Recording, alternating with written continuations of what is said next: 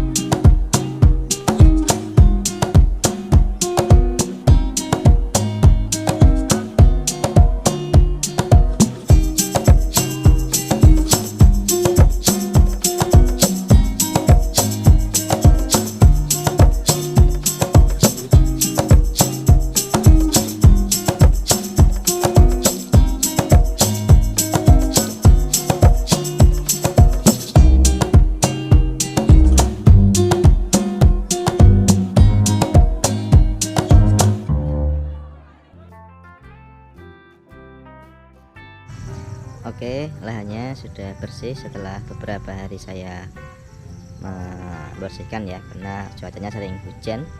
Jadi kita cek kondisi tiap-tiap bloknya. Ini adalah porang di blok A, kondisinya sudah seperti ini, tinggi, cukup lumayan tinggi. Bisa dilihat di sini juga ada yang sudah mulai dorman juga, itu ada yang sudah bahan malah.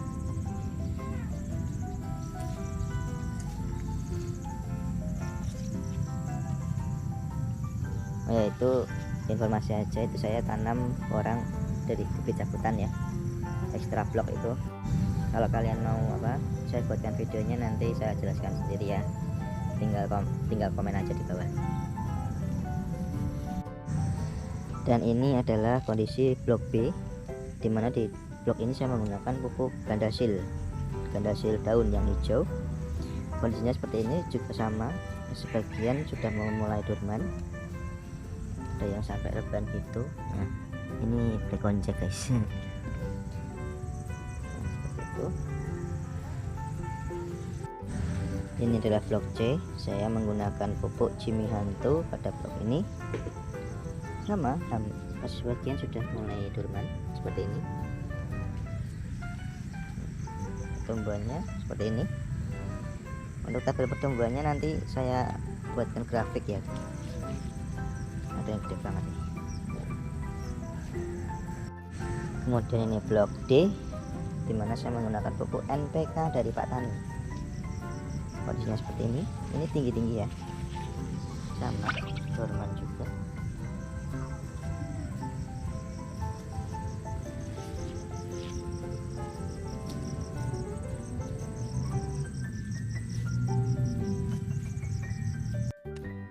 Kita sampai di blok E. Ini merupakan blok indikator keberhasilan untuk keempat blok yang lain.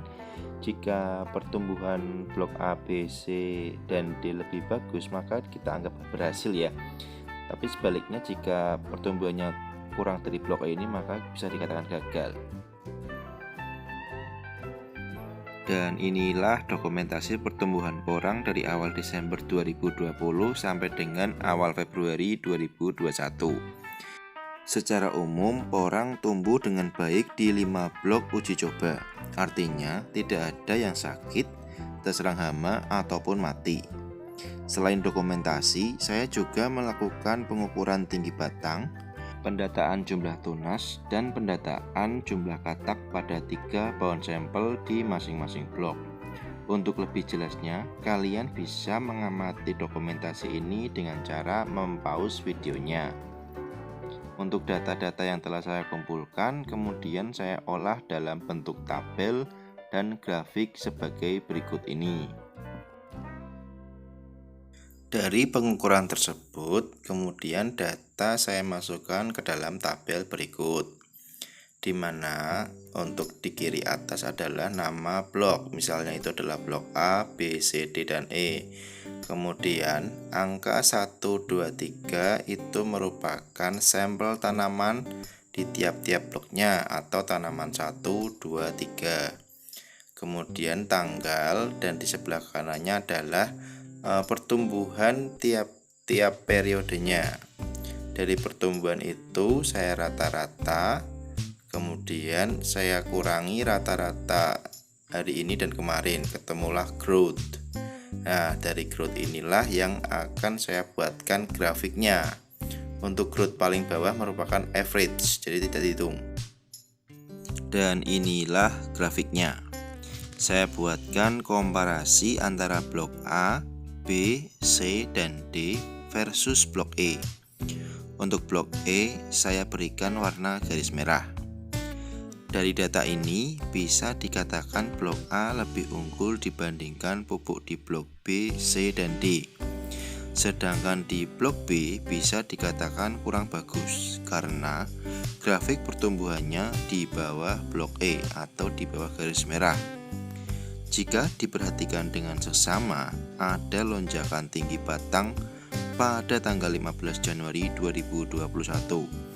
Hal ini merupakan pertumbuhan batang tunas kedua, di mana pertumbuhan tunas kedua ini sudah melampaui tinggi tunas pertama.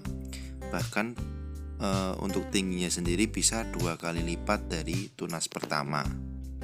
Untuk dapat memahami angka-angka yang tercipta melalui grafik tersebut, mari kita lihat tabel unsur hara yang masuk pada tiap-tiap blok tanaman porang di Larang Farm. Berikut adalah tabelnya. Ini adalah jadwal pemupukan tanaman porang selama bulan Desember 2020 sampai Februari 2021. Dari sini datanya dirinci sebagai berikut, di mana untuk blok A menggunakan pupuk kandang sebanyak 200 gram untuk 2 tanaman, sehingga per tanamannya ketemu 100 gram. Kemudian di blok B menggunakan pupuk ganda hasil daun dengan takaran 3 gram untuk 6 kali semprot, yaitu sekitar 18 gram dibagi jumlah tanamannya ada 63, ketemu angka 0,28 gram pupuk ganda hasil per tanaman. Kemudian di blok C yaitu menggunakan ZBT Ratu Biogen 4 mili dikali 5 kali semprot sama dengan 20 mili dibagi 48 tanaman, ketemu 0,42 mili per tanaman. Dan POC hijau royo-royo dengan takaran 10 mili dikali 5 dibagi 48, 50 dibagi 48 ketemu sekitar 1,04 mili. Kemudian di blok D menggunakan NPK Pak Tani sebanyak 50 gram dikalikan 2 kali periode penaburan, yaitu 106 gram dibagi jumlah tanamannya 63, ketemu angka 1,68 gram per tanaman. Dan pupuk magnesium sulfat sebanyak 70 gram dibagi 63 tanaman sekitar 1,11 gram. Dari gramasi ini jika kita rinci lebih lagi, ketemunya adalah untuk pupuk kandang sendiri yang menggunakan pupuk kambing itu memiliki unsur hara yang sangat tinggi, yang paling tinggi di antara pupuk yang lain. Sedangkan untuk ganda hasil ini saya sangat bertanya ya, kenapa kok pertumbuhannya masih tidak sebaik di blok E yang tidak diberikan pupuk lah. Ini saya memiliki jawaban analitis di akhir video nanti. Kemudian penggunaan ZP teratubiogen dan POC Joloyo-Royo di blok C ini sangat efektif ya, terbukti pertumbuhannya melebihi blok E, dan penggunaan NPK Pak Tani serta magnesium sulfat ini juga sangat efektif untuk pertumbuhan di blok E. Nah, jika ada pertanyaan kenapa kok untuk pupuk di blok B, C, dan D itu tidak dilebihkan dosisnya, nah, saya tidak berani memberikan dosis yang berlebih karena saya takut akan terjadi residu atau sisa pupuk jika tidak terserap semua oleh tanaman dan akhirnya akan berdampak buruk pada tanah. Sedangkan untuk pupuk organik dari kotoran kami sendiri, jika penggunaannya berlebih pun akan masih sangat aman untuk tanah karena itu bahannya dari organik ya.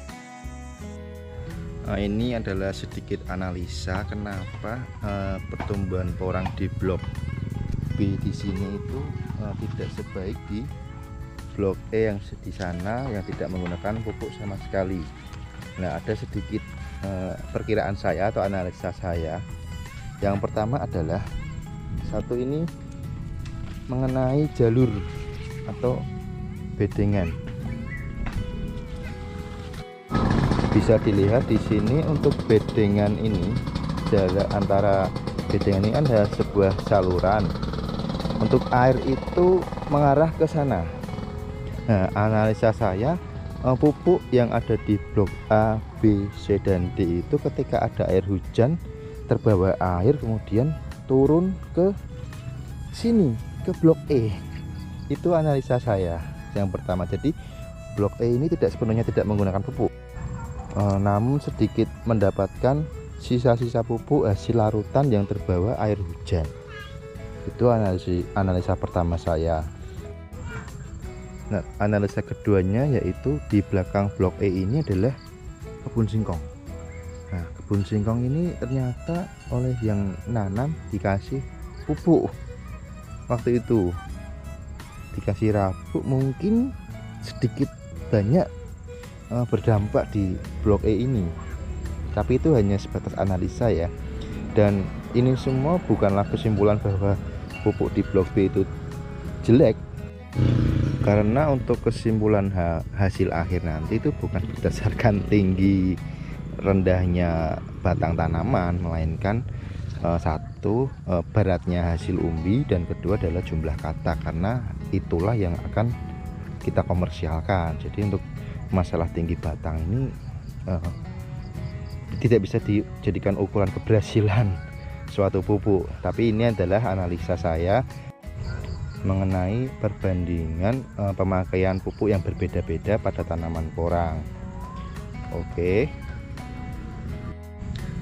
Jadi untuk sekarang saya belum bisa memberikan kesimpulan untuk hasil pupuk mana sebenarnya yang terbaik untuk tanaman porang ya, entah itu pupuk kandang, pupuk ganda hasil, pupuk Jimihantu maupun pupuk NPK. Nah, untuk video selanjutnya saya akan memberikan pupuk tahap fase generatif ya. Oke, terima kasih atas waktunya menonton video episode kedua ini. Semoga kalian bisa bertambah wawasannya. Tunggu video selanjutnya untuk pemupukan fase generatif. Pupuk apa saja yang akan saya gunakan, tunggu saja. Oke, sampai jumpa. Assalamualaikum warahmatullahi wabarakatuh.